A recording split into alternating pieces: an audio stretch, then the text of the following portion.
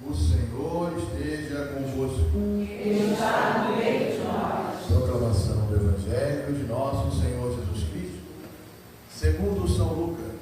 Glória a vós, Senhor. Naquele mesmo dia, o primeiro da semana, 2 dos discípulos de Jesus iam para um povoado chamado Emaús, distante 11 quilômetros de Jerusalém. Conversavam sobre todas as coisas que tinham acontecido. Enquanto conversavam e discutiam, o próprio Jesus se aproximou e começou a caminhar com eles. Os discípulos, porém, estavam como que cegos e não o reconheceram. Então Jesus perguntou: o que ides conversando pelo caminho? Eles pararam com o rosto triste. E um deles, chamado Cleofas, lhe disse: tu és o único peregrino em Jerusalém que não sabe o que lá aconteceu nestes últimos dias? Ele perguntou: o que foi?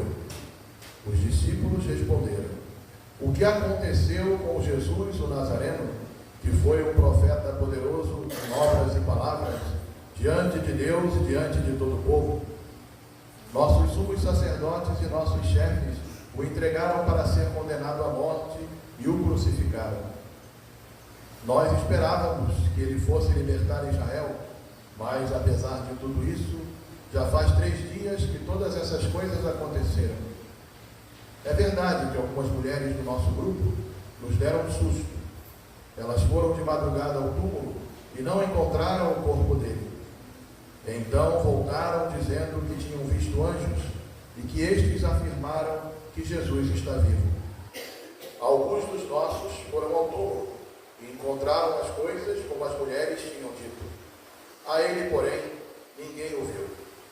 Então Jesus lhes disse: como sois sem inteligência e lentos para crer em tudo o que os profetas falaram? Será que o Cristo não devia sofrer tudo isso para entrar na sua glória? E começando por Moisés e passando pelos profetas, explicava aos discípulos todas as passagens da Escritura que falavam a respeito dele. Quando chegaram perto do povoado para onde iam, Jesus fez de conta que ia mais adiante. Eles, porém, insistiram com Jesus, dizendo: fica conosco, pois já é tarde e a noite vem chegando. Jesus entrou para ficar com eles. Quando se sentou à mesa com eles, tomou o pão, abençoou, partiu e lhes distribuía. Nisso os olhos dos discípulos se abriram e eles reconheceram Jesus. Jesus, porém, desapareceu da frente deles. Então um disse ao outro: não estava ardendo o nosso coração quando ele nos falava pelo caminho e nos explicava as Escrituras? Naquela mesma hora eles se levantaram e voltaram para Jerusalém, onde encontraram os 11 reunidos com os outros. E estes confirmaram: realmente, o Senhor ressuscitou e apareceu a Simão. Então os dois contaram o que tinha acontecido no caminho e como tinham reconhecido Jesus ao partir o pão. Palavra da salvação. Glória a vós, Senhor. Vamos nos sentar, queridos irmãos, nessa oitava da Páscoa. Eu me equivoquei, foi terça-feira, hoje é quarta-feira. Quarta-feira da oitava da Páscoa. Oitava da Páscoa porque são 8 dias. O domingo da ressurreição, e mais 7 dias, quando comemoramos a própria Páscoa do Senhor. Então, celebramos esses 8 dias como um só.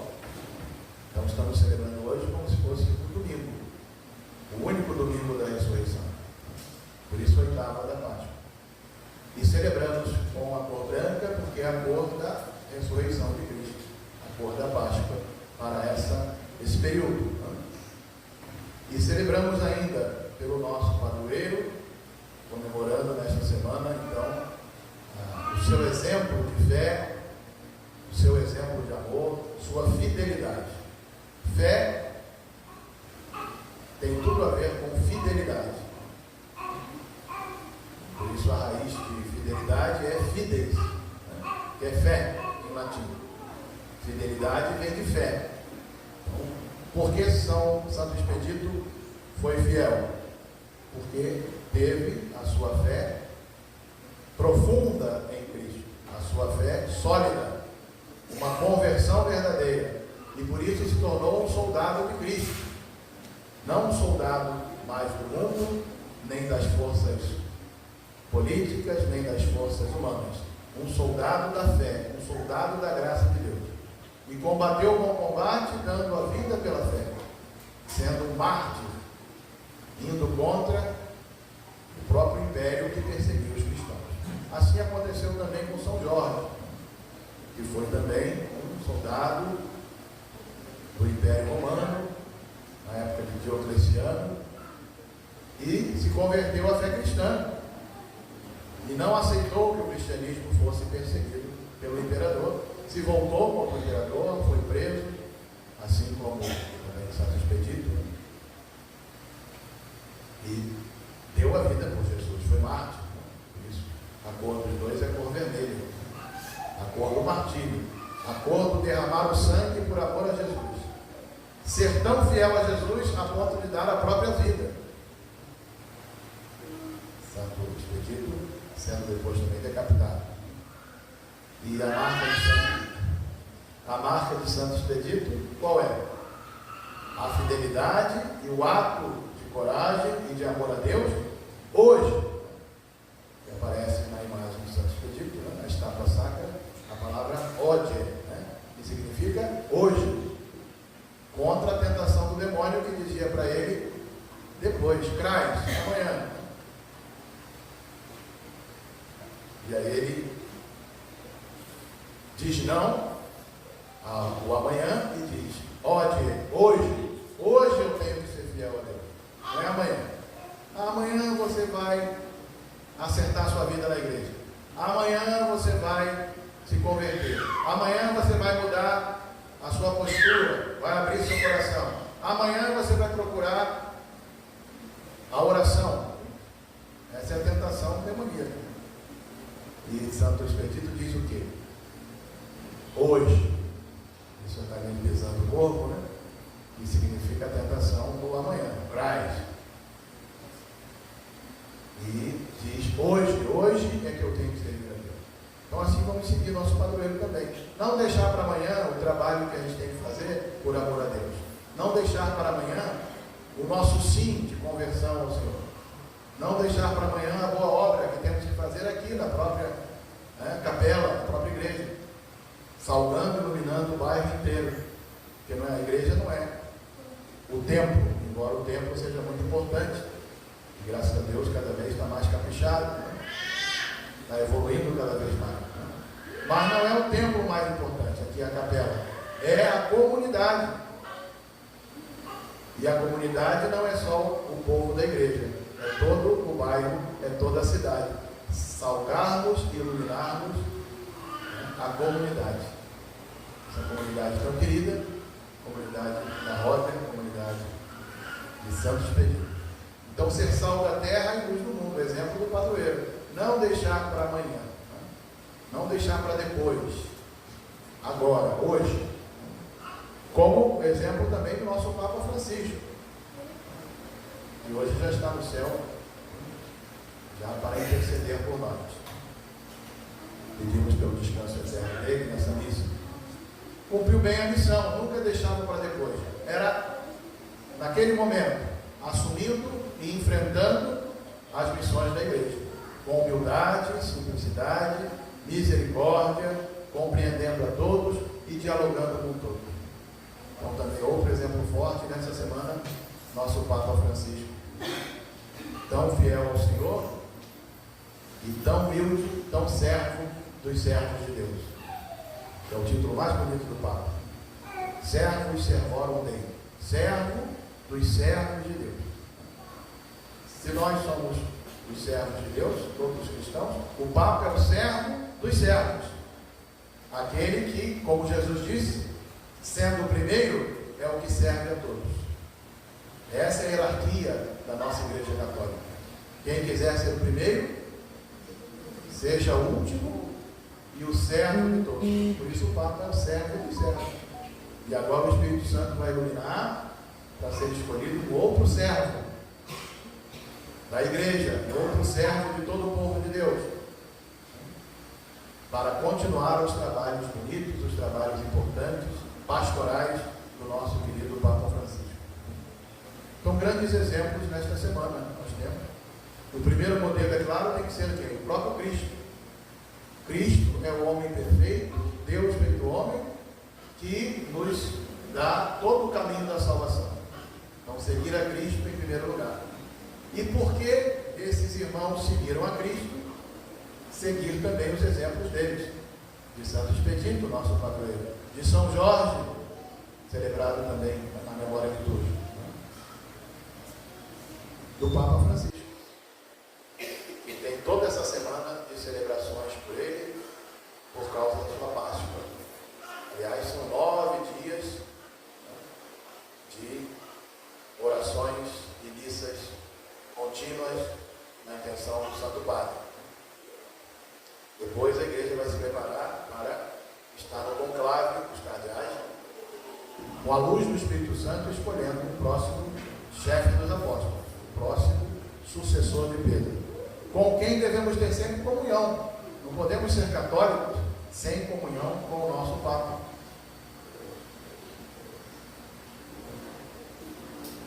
que é o sucessor de Pedro, para quem Cristo disse: tu és Pedro, e sobre esta pedra edificarei a minha igreja.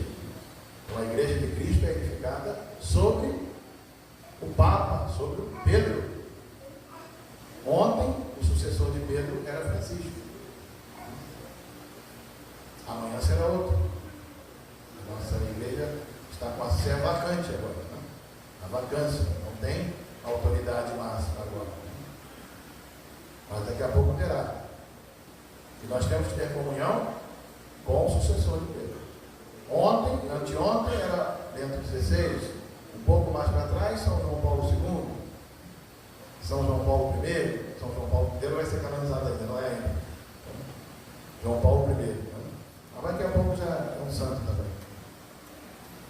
Beato. Mais para trás, São Paulo VI, São João XXIII. Então temos vários santos papas aí, que iluminaram a nossa igreja. Amanhã temos que ter comunhão com o próximo, como tivemos comunhão com Francisco. Sempre, para sermos católicos de verdade, temos que ter comunhão com o Papa. Comunhão de verdade, comunhão em todos os aspectos. Na obediência ao que ele orienta, no seguimento das suas indicações também pastorais, as linhas de atuação missionária da igreja, temos que ter essa comunhão. E aqui na primeira leitura vemos o exemplo, né, dos apóstolos dando continuidade ao poder de Cristo, curando o coxo de nascença. E o que os apóstolos dizem? Pedro e João entrando no templo, o que eles dizem ao homem coxo? O que eles disseram? Olha para nós. Não que eles fossem o centro, mas porque eles estavam ali com o poder de Cristo. Olha para nós. Se a igreja também diz olha para nós, não porque ela é o centro, mas porque ela tem o poder de Cristo. E Pedro é aquele colocado na igreja que perpetua o poder de Cristo, é o vigário de Cristo. Pedro diz para o homem: olha para nós. O homem fixou neles o olhar. E o que Pedro disse? Não tenho ouro nem prata, mas o que tenho eu te dou. Em nome de Jesus Cristo, o Nazareno, levanta-te e anda.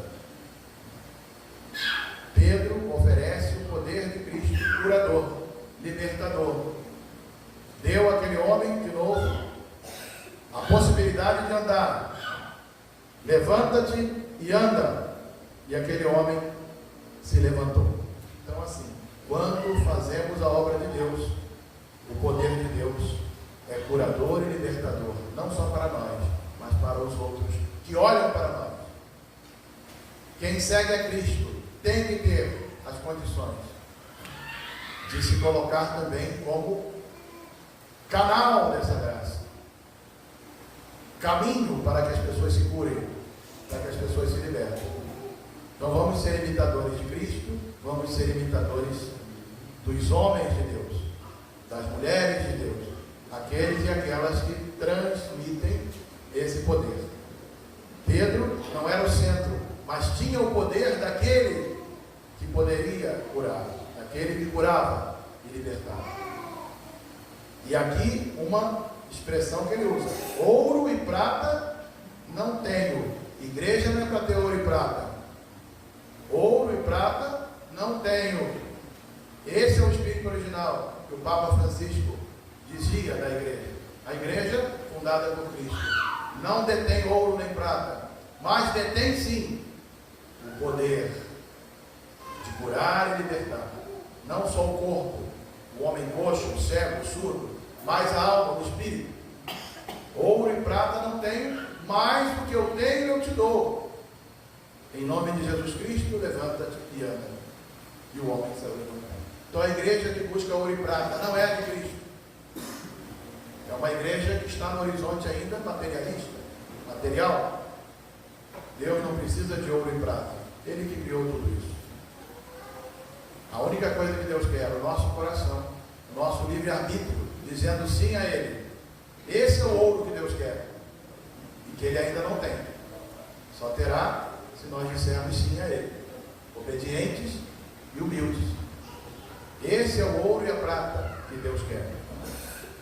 E a igreja não vai deter nada para si. Se Deus deu o poder à igreja, a todos nós, é para a gente distribuir. Não só na linha física, material, socorrendo os mais pobres, levando a saúde física. Isso também a igreja faz. É dom de Deus. Mas levando principalmente a cura e a libertação espiritual. É dizer para a pessoa também espiritualmente: levanta-te e anda. Sai da tua doença espiritual. Sai da tua paralisia psicológica. Sai da tua limitação psíquica. Levanta-te e anda. A pessoa andar com as próprias pernas. A igreja tem que promover a vida espiritual também de todos. Esse é o bom combate da igreja no mundo. E não é se preocupar em agradar, em ser populista. Igreja não é para agradar. Cristo não agradou todo mundo. Ele pregou a verdade do Pai. E em algum momento vai desagradar. Porque conhecereis a verdade e a verdade vos libertará. É a verdade que liberta, não a mentira populista. Não aquela meia verdade política, diplomática, só para ficar bem com todo mundo. Nem sim, nem não, muito pelo contrário. A turma aqui não fala nada com nada. Qual a sua posição? Vai enrolando. Não, a igreja tem posições. Na defesa da dignidade humana, na defesa da ética, na defesa da libertação das pessoas, da salvação, da maturidade espiritual, da justiça do reino. E a paz é fruto da justiça. Então vejam, Santo Expedito não se esquivou dos compromissos com Deus, não se esquivou da missão, dos enfrentamentos, combateu o bom combate, como fez São Paulo, terminou a carreira dele guardando a fé e deu a vida. Olha o padroeiro forte que nós temos aqui. São Jorge é a mesma coisa, já falamos, deu o testemunho do martírio. E o Papa Francisco hoje vem completar nossa reflexão com esse testemunho maravilhoso que ele deu. Não precisa nem comentar. Quem conheceu, quem teve a recepção do testemunho do Papa Francisco em vários momentos, sabe a força desse testemunho. Um homem que imitou Jesus Cristo na simplicidade, na humildade, desprezando e rejeitando até mesmo as coisas do luxo, do cargo, da função, que infelizmente às vezes ainda ficam na nossa igreja alguns rituais, alguns penduricários de vaidade, né?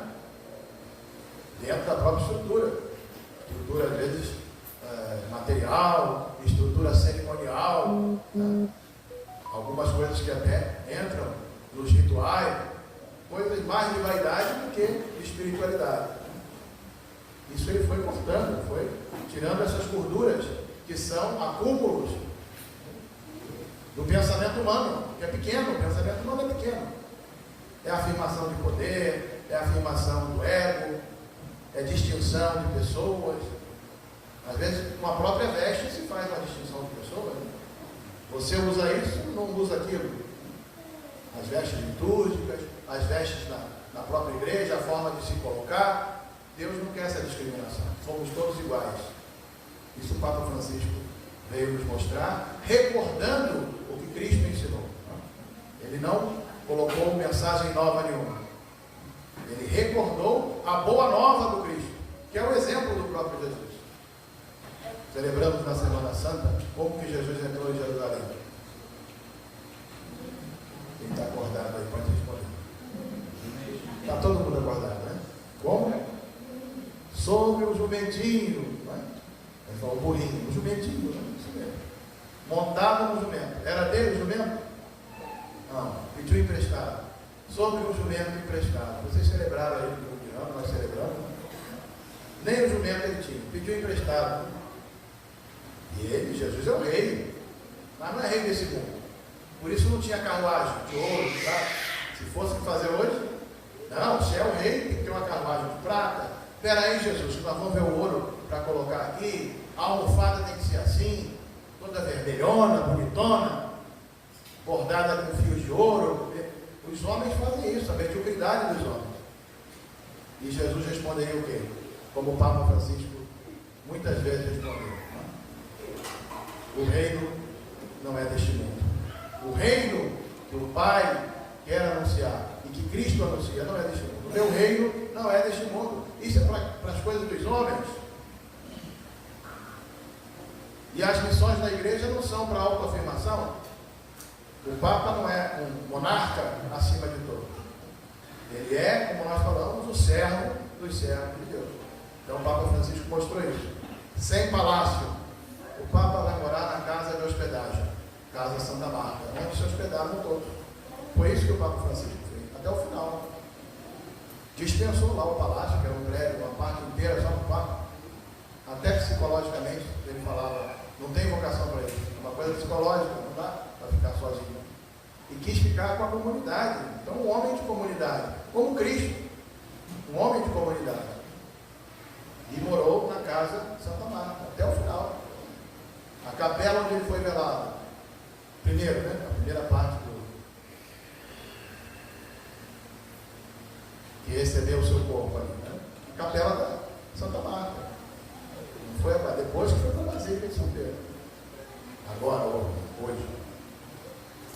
E depois ele pediu ainda para ser sepultado na Basílica Santa Maria Maior, como ele disse no seu testamento, no chão. Nada de botar o tubo do Papa no alto, no chão, sem nenhuma decoração, escrito apenas Francisco. Bonito, né? Até a sua partida, o exemplo de Cristo, da simplicidade, da humildade. Porque senão depois da morte ainda poderiam querer fazer, né? Muita pompa, muita coisa. Não, a simplicidade tem que continuar apontando para o céu. Então é isso que nós devemos também seguir, a simplicidade do Papa Francisco, que é a humildade de Jesus. Jesus que fez a sua ceia, onde? No palácio dele? Jesus tinha palácio? Não, né? Também pediu uma sala de jantar emprestada para fazer a ceia. Não tinha, Jesus não tinha casa própria, não tinha palácio. A ceia eucarística, onde ele nos dá seu corpo e seu sangue, onde ele funda a ordem, o sacerdócio, foi uma sala de jantar emprestada. Também. Total despojamento de Jesus. E como é que ele celebrou a missa? Em torno dessa mesa. Hoje o pessoal faz tanta coisa na missa, tanto vai para lá, vem para cá. Jesus ficou com os apóstolos em torno da mesa. O altar é a mesa eucarística, onde ele, a palavra, se distribuiu também. Então Jesus muito simples. E fez a Eucaristia dentro de um jantar da ceia judaica, pascal, onde ele mesmo era o Cordeiro de Deus que tira o pecado do mundo. Ele o sacerdote, ele o altar e ele o Cordeiro. Olha que bonito, com toda a simplicidade. Então não tem que ter muita coisa para celebrar uma missa. O padre preside como Cristo, mas todos nós celebramos. E o que nós estamos fazendo aqui? Pelo menos um pouco mais próximos, aqui do altar, do presbitério, podemos até estar mais, né? Numa igreja mais circular. Devagarzinho, vocês estão chegando perto aqui, né? Daqui a pouco vai ter mais gente para cá, vai ter mais gente para lá, né?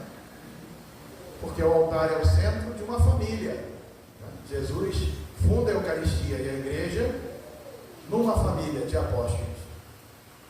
E temos que manter essa comunhão.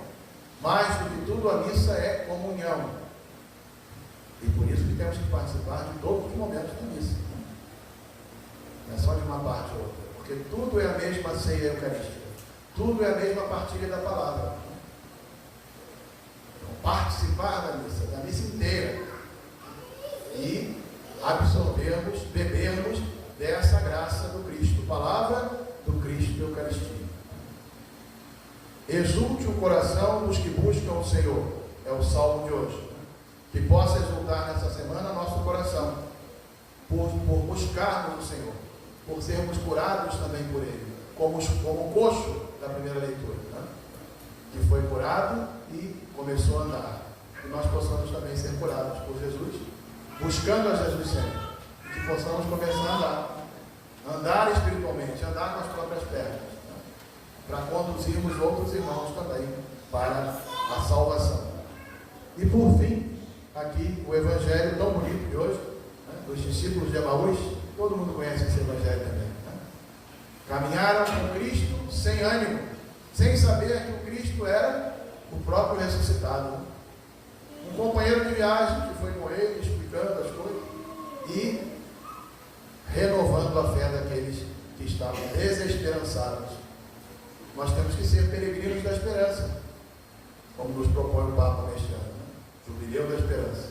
No meio de um mundo desanimado, que acha que Cristo não está tendo efeito mais, né? Que falam por aí, a igreja já não tem efeito, a mensagem cristã já não está trazendo transformação. Cristo vem dizer que não.